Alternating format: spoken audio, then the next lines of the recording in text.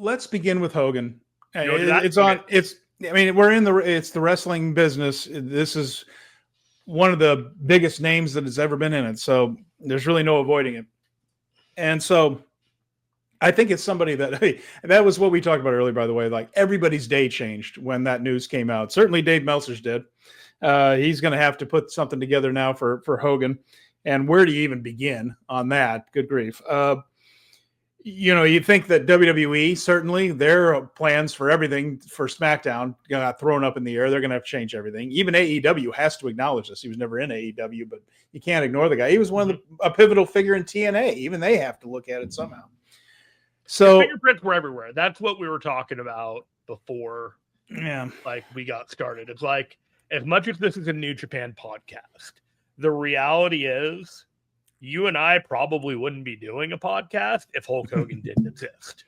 Yeah, you're right. And especially with New Japan, he has a very, very important role in New Japan's history. So he passed away apparently a cardiac arrest. Apparently hadn't been in good health since some spinal fusion surgery he had, but details will be coming out.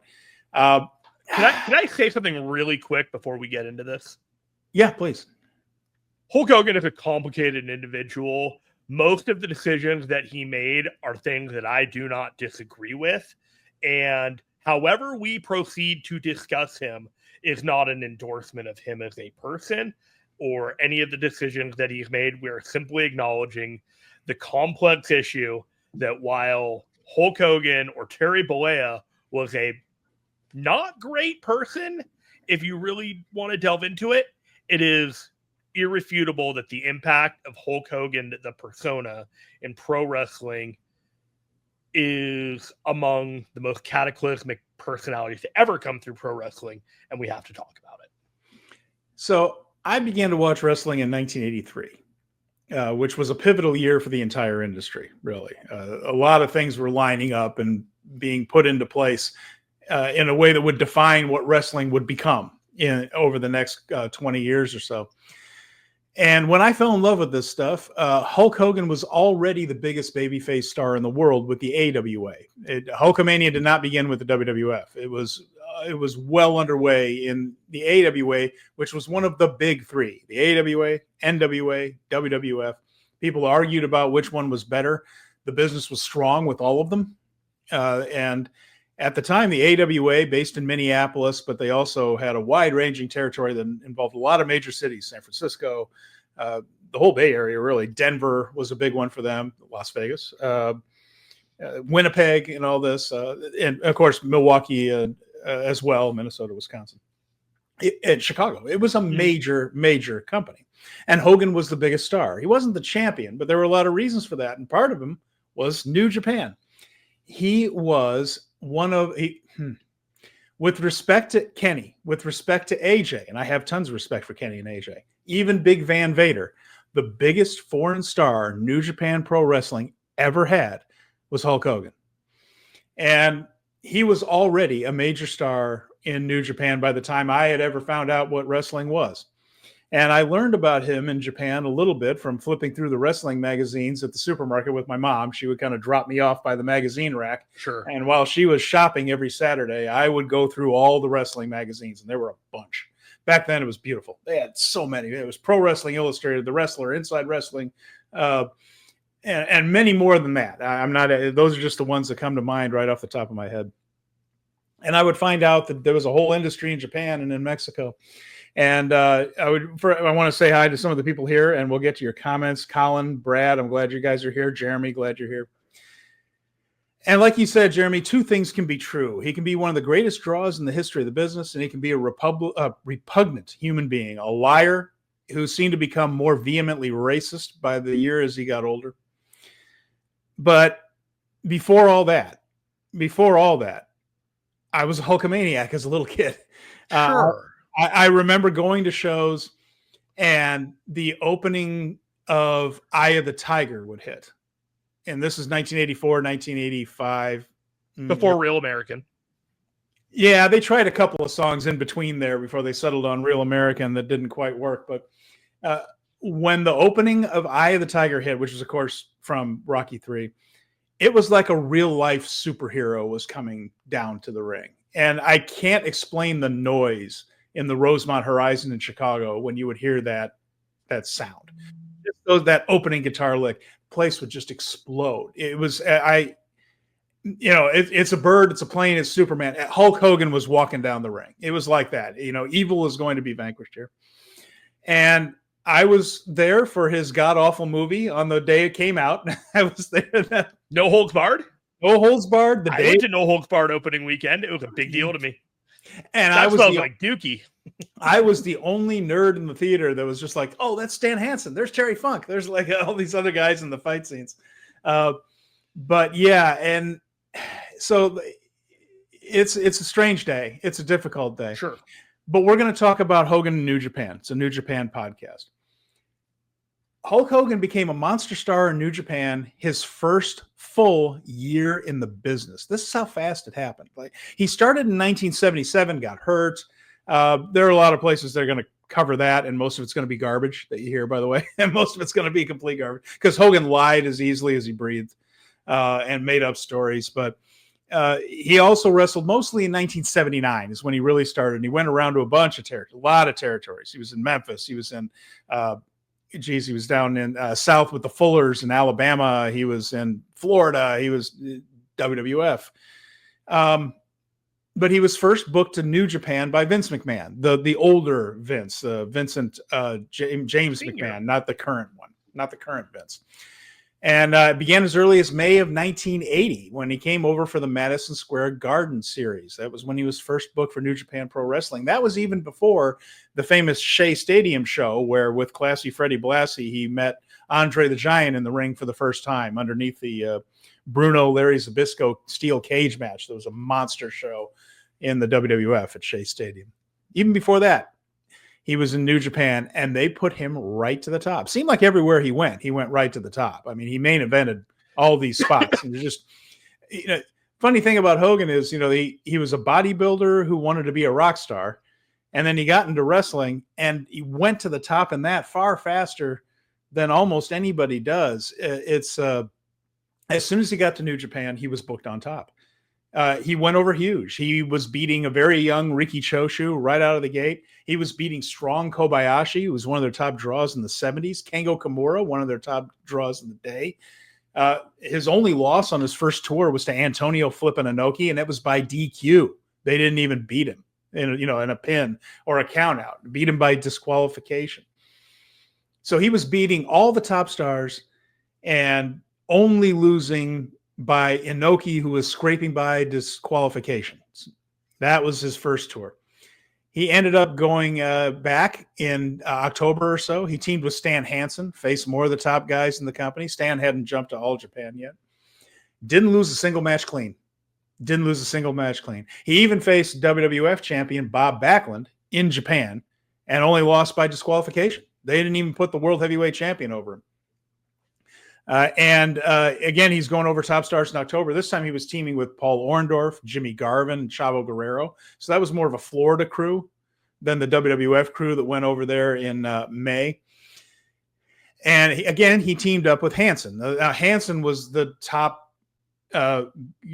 foreign star in New Japan at the time.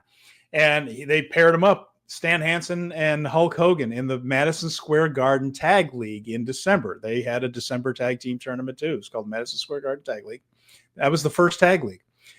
They didn't do a job in the tournament, but they had draws with Johnny Powers and Ox Baker. If that match actually went 30 minutes, Jeremy, I can't fathom how god awful that had to be. There's only so much that Johnny Powers and Stan Hansen could do, but Ox Baker, holy Lord, 30 minutes of Ox Baker is a lot of Ox Baker. But they also had double countouts with Inoki and Bob Backlund, and Andre the Giant and the Hangman. That was Neil Guai, a Canadian, French-Canadian wrestler. So two French Canadians there, the Hangman and Andre. And that was it. Double countouts with those guys. They had a DQ loss to Ueda and Tiger Jeet Singh in a match that just had to be chaos because Ueda was the chaos goblin of his time, a little bit like a more violent Toru Yano, and Tiger Jeet Singh was basically doing the Sheik's act in New Japan, where you just run around and stab people with forks and all that. They lost in the finals to Inoki and back, so they finished second on points in the tournament, and then faced Inoki and Backlund, so the world heavyweight champion of the WWF and the owner, founder, chief bottle washer, and biggest star in history of New Japan. That's who beat them in the tournament finals, and it was Stan, I think, that did the job. That was Hogan's first full year in pro wrestling. He started in 1979. 1980 is the first time he went from New Year's Day to December 31st in the wrestling business. And the guy's one of the biggest stars in Japanese pro wrestling. That's how fast it all happened. In 1981, he was again touring all the different territories in the U.S., but he had 66 matches in New Japan. 66. He was there a lot. And he wrestled with Bobby Duncombe, Dusty Rhodes, more with Stan Hansen, Dick Murdoch. Finally did a job for Antonio Inoki in Nagoya. So he was taking some losses, but only to Inoki. Everybody else, Fujinami, Choshu, Kimura, he was beating them. 1982, now he's the star in the AWA. They tried to make him a heel, and it didn't work. They would put Hogan in squash matches against two guys, right? Handicap matches. He beat them both. And they gave him Luscious Johnny V as his manager at first in the AWA. Still got over his babyface. Crowd went crazy for him. They couldn't make him a heel. Something similar started to happen in Japan. He was so dominant that the crowd started turning toward him. In 1982, he had 81 matches. 81 matches. He was there almost 1/3 of the year in 1982. He teamed with Inoki in the tag team tournament that time. So he became popular enough that it basically flipped him. And while he would always kind of be part of the, he would wrestle against Inoki and against the top guys, he could also wrestle with him, and the crowd liked him. They won, Inoki and Hogan. This time they won the World Tag League, and they defeated Killer Khan and Tiger Taguchi in the finals. And then in 1983, I want to make sure I get that right.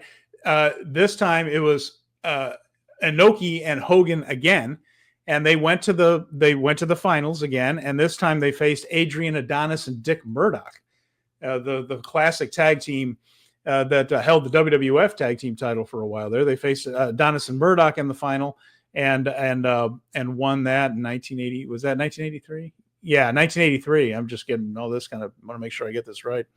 Andre the Giant and Swede Hansen actually had a better score in the block play. So Swede Hansen and Andre the Giant, but Swede got hurt and they couldn't go on. So Adonis and Murdoch from third place went into the finals and had to do that. So again, just barely losing in New Japan the whole time. Now he's teaming with the number one guy in the whole company and the owner founder. So that's 1982. And now he's number one guy in the AWA. 1983, still the number one guy in the AWA. They held the first IWGP tournament. Now, this is where things get confusing to a lot of people. We mentioned on this show before in history segments that the G1 Climax had a lot of names over the years. The Madison Square Garden Series, the World League, the IWGP, the International Wrestling Grand Prix. That was the name of the tournament. Right.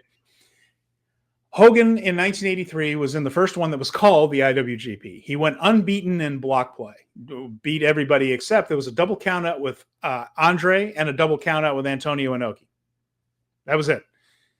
He faced Inoki in the finals, and he beat Inoki by count out when he clobbered Inoki. If you ever see this, he absolutely blisters Inoki with an axe bomber. His finisher in Japan was a lariat. It was a lariat, and he threw it great. He absolutely mashes Inoki with this thing. Inoki splatters to the floor and gets counted out. Inoki sells it like he's been murdered. I mean, just like he's been shot. They have to come and pick up his corpse and carry it out. Just shocking, that Hogan has destroyed this guy. To the point that in some stories, assisted by Hogan, it was a shoot. He actually did injure. No, he didn't. It was a work. Inoki just put the dude over. Inoki knew what kind of a star he had. And so at that point, he won the IWGP. He did not win the IWGP championship. And I want to clarify this.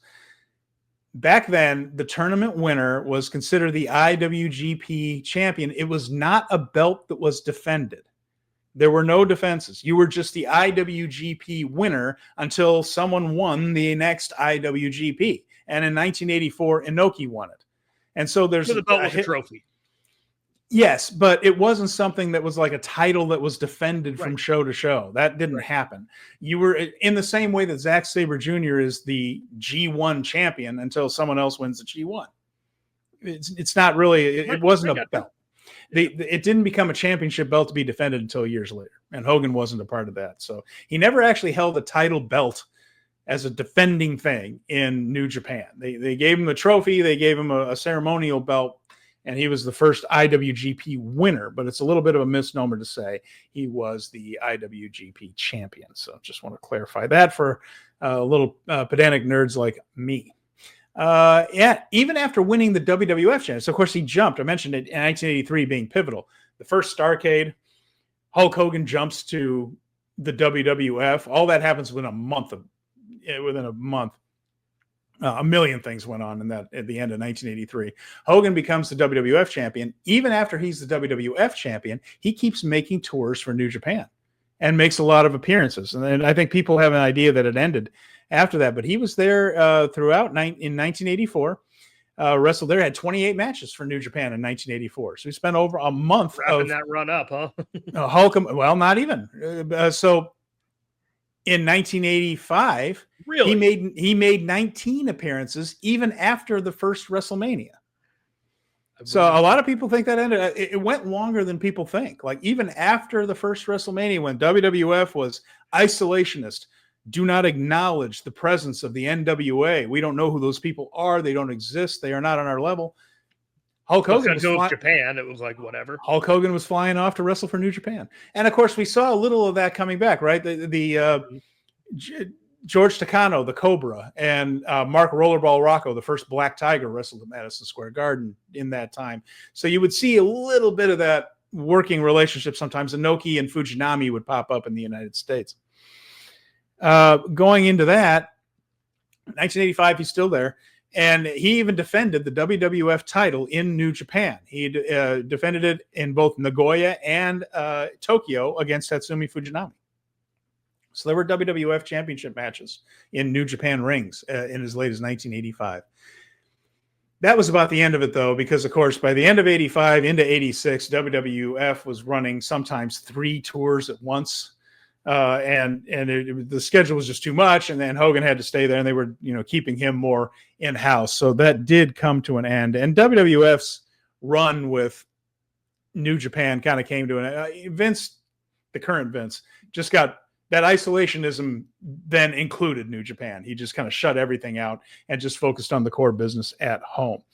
Hogan wouldn't turn up for New Japan again until 1990. They had the big U.S.-Japan Wrestling Summit that involved multiple companies. And we mentioned Stan Hansen. He had teamed with Stan when he was early in his New Japan run. This time, Stan had become the all-time foreign legend for All Japan, along with the Destroyer, Dick Beyer, and the Sheik, and Abdul the Butcher, and those guys. Stan was one of the biggest foreigners for All Japan, and Hogan and Stan wrestled in 1990 in the Tokyo Dome, when the Tokyo Dome was pretty brand spanking new. I think still had the price tag hanging off it. And Hogan ended up beating Stan because, hey, as big of a legend as Stan is, and the fact that Stan was still wrestling in Japan all the time, Hogan doing a job ain't going to work for me, brother. He would continue to make appearances, and I'll keep this quick because I know we've got a lot to get to, but Hogan is a seminal figure. Sure. I'll add some notes at the end, but whatever. Let's go. He left for he left WWF in 1993. I think most people remember that. He put over Yokozuna at the King of the Ring, made some shows in Europe, wrestling Yokozuna, beating him by disqualification, and then he left the company.